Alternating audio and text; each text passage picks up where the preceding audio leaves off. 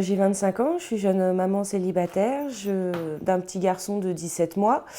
Son père ne l'a pas reconnu à la naissance, donc je ne suis réellement toute seule et j'ai pas de pension alimentaire vis-à-vis de son père ni quoi que ce soit.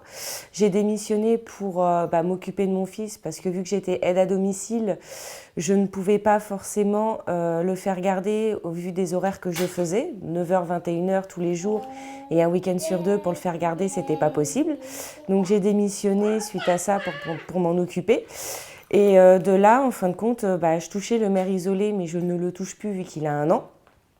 Et donc du coup, je vis maintenant avec 830 € par mois, ce qui me permet de payer mes factures et faire mes courses.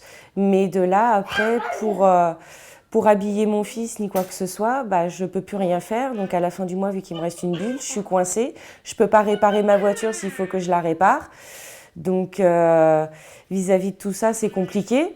Donc ce qui serait bien, c'est que pour les mamans qui sont dans le même cas que moi, qui sont sans papa, qui n'ont pas reconnu le bébé ni quoi que ce soit, donc qui n'ont pas d'autres revenus en fin de compte, qu'elles puissent bénéficier d'une aide supplémentaire jusqu'à ce qu'ils puissent aller à l'école, le temps qu'elles puissent retrouver un travail pour pouvoir subvenir aux besoins de la famille en fin de compte. Parce que vu que le carburant augmente, tout augmente, nous on s'en sort pas, donc évidemment c'est compliqué pour moi comme pour les mamans qui sont dans la même situation que moi en fin de compte. C'est une horreur mais atroce. Il y a même des fois où je me prive de manger pour que mon fils ait ce qu'il faut en fait. C'est pas logique. Parce qu'en théorie, vu que je suis maman, je dépense plein d'énergie. Je devrais pouvoir m'en occuper comme il faut aussi. Et je le fais pas correctement parce que je manque d'énergie, parce que je mange pas comme à ma faim, on va dire, pour que lui puisse manger à sa faim. Donc une aide supplémentaire pour les mamans qui sont réellement toutes seules et qui ne perçoivent pas de revenus du papa devraient recevoir une aide supplémentaire et je pense que nous, ça nous permettrait de souffler. Vis-à-vis aussi notamment des modes de garde aussi, parce que pour la crèche, il faut un emploi sûr pour pouvoir être gardé. Et quand on cherche du travail, on nous demande d'avoir une crèche sûre pour pouvoir effectuer les heures de travail. Mais l'un dans l'autre, ils sont contradictoires parce que comment ils veulent qu'on travaille si au bout du compte, on nous demande un mode de garde sûr aussi. On ne peut pas avoir l'un sans l'autre, donc c'est pas une sécurité pour nous non plus, donc on est coincé jusqu'à ce qu'ils aillent à l'école, donc sans moyen de revenus supplémentaires, donc obligé de tirer la langue tous les mois, donc c'est pas possible quoi. C'est juste ça, il faudrait trouver un moyen pour les mamans qui sont célibataires comme moi d'avoir un revenu supplémentaire, qu'on puisse vivre avec on va dire 1 000 €, on va dire, que 800 € comme moi où on tire la langue tous les mois quoi. Vous avez participé au mouvement des Gilets jaunes, vous êtes allé remplir des cahiers de doléances? Alors, j'ai pas participé au mouvement de Gilets jaunes parce que je peux pas y aller avec mon fils vu que j'ai pas de mode de garde, sachant que mes parents habitent très loin. Mais j'essaye de les suivre quand même un minimum sur Facebook, je les soutiens du mieux que je peux. Mais je n'ai pas été remplir de cahiers de doléances à la mairie non plus parce que je ne pouvais pas forcément y aller non plus parce que j'ai mes responsabilités de mère au foyer à respecter.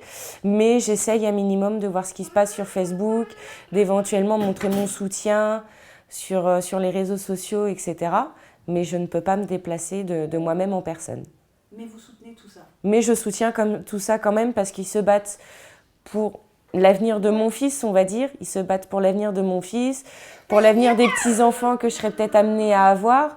Donc je les soutiens malgré tout et je reste avec eux quand même sur tout ça. Je les soutiens du mieux que je peux sur les réseaux sociaux. J'essaye d'envoyer des petits messages aussi. Quand je vois des personnes victimes de flashball, etc., je leur apporte mon soutien quand même si je n'y vais pas. Comme on dit, loin des yeux mais près du cœur. Donc même si j'y suis pas, je reste quand même dans le mouvement et je les soutiens de chez moi.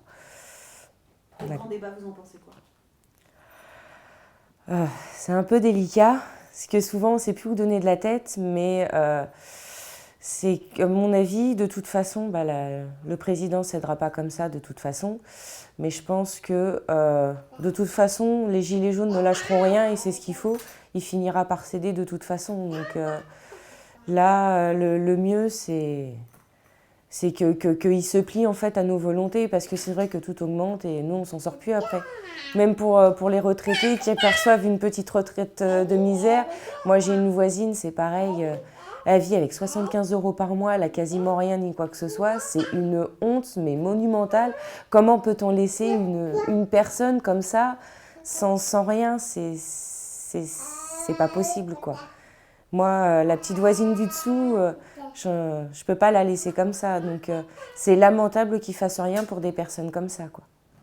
Ça, je supporte pas, ça m'écoeure. J'ai qu'une envie, c'est de moi-même aller je sais pas, aller chercher, le sortir de son trou, parce que il dit aux gilets jaunes de venir de le chercher, mais au final, il se planque. Alors, à quoi ça sert de mettre le peuple à dos si au final, il finit par se cacher? Ça sert à strictement à rien ce qu'il fait. Je vois pas sa logique.